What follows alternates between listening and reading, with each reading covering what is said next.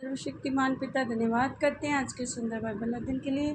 खुदावन हर एक को बड़ी बरकत दे, आशीष कर पिता, यीशु नाम से मांगती हूँ, आमीन। हम पढ़ेंगे पहला शमूएल 8 अध्याय।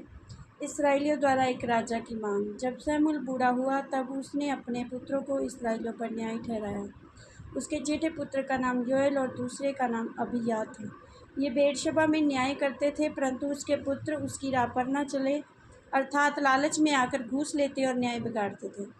तब सब इस्राएली वृद्ध इकट्ठा होकर रामा में शमूएल के पास जाकर उसे कहने लगे, सुन, तू तो अब बूढ़ा हो गया है और तेरे पुत्र तेरी राह पर नहीं चलते। अब हम पर न्याय करने के लिए सब जातियों की रीति के अनुसार हमारे लिए एक राजा नियुक्त कर दे। परंतु जो बात उन्होंने कही, हम पर न्याय करने के लिए हमारे ऊपर राजा नियुक्त कर दे, ये बात शमूएल को बुरी लगी। और शमूएल ने यहोवा से प्रार्थना की और यहोवा ने शमूएल से कहा, वे लोग जो कुछ तुझसे कहें उसे मान ले, क्योंकि उन्होंने तुझको नहीं परंतु मुझी को निकम्मा जाना है और मैं उनका राजा ना रहूं। जैसे जैसे काम वे दिन उस दिन से जब से मैं उन्हें मिस्र से निकाल लाया आज के दिन तक करते आए हैं कि मुझको त्याग कर पराए देवता की उपासना करते आए हैं, वैसे ही वे तुझसे भी करते हैं। इसलिए अब तू उनकी बात मान, तो भी तू गंभीरता से उनको भली भांति समझा दे और उनको बतला भी दे कि जो राजा उन पर राज्य करेगा उसका व्यवहार किस प्रकार का होगा। शमूएल ने उन लोगों को जो उससे राजा चाहते थे यहोवा की सब बातें कह सुनाई। और उसने कहा, जो राजा तुम पर राज्य करेगा उसकी ये चाल होगी, अर्थात वह तुम्हारे पुत्रों को लेकर अपने रथों और घोड़ों के काम पर नौकर रखेगा और उसके रथों के आगे आगे दौड़ा करेंगे। फिर वह उनको 1000-1000, 50-50 के ऊपर प्रधान ठहराएगा और कितनों से वह अपने हल जुतवाएगा और अपने खेत कटवाएगा और अपने लिए युद्ध के हथियार और रथों के साज बनवाएगा।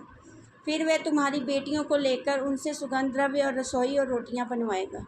और फिर वह तुम्हारे खेतों और दाख और जैतून की बारियों में से जो अच्छी से अच्छी फसल होगी उन्हें ले लेकर अपने कर्मचारियों को देगा।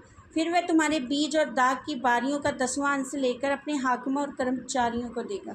फिर वह तुम्हारे दास दासियों को और तुम्हारे अच्छे से अच्छे जवानों को और तुम्हारे गधों को भी लेकर अपने काम में लाएगा। वे तुम्हारी भेड़ बकरियों का भी 10वां अंश लेगा। इस प्रकार तुम लोग उसके दास बन जाओगे और उस दिन तुम अपने उस चुने हुए राजा के कारण दुहाई दोगे, परंतु यहोवा उस समय तुम्हारी ना सुनेगा। तो भी उन लोगों ने शमूएल की बात नहीं सुनी और कहने लगे, नहीं, हम निश्चय अपने लिए राजा चाहते हैं, जिससे हम भी और सब जातियों के समान हो जाएं और हमारा राजा हमारा न्याय करे और हमारे आगे आगे चलकर हमारी ओर से युद्ध किया करे। लोगों की ये सब बातें सुनकर शमूएल ने उन्हें यहोवा के कानों तक पहुंचाया। यहोवा ने शमूएल से कहा, उनकी बात मानकर उनके लिए राजा ठहरा दे। तब शमूएल ने इस्राएली मनुष्यों से कहा, तुम सब अपने अपने नगर में चले जाओ। इस वचन के द्वारा प्रभु ब्लेस करेंगे, आमीन। सबको जय मसीह।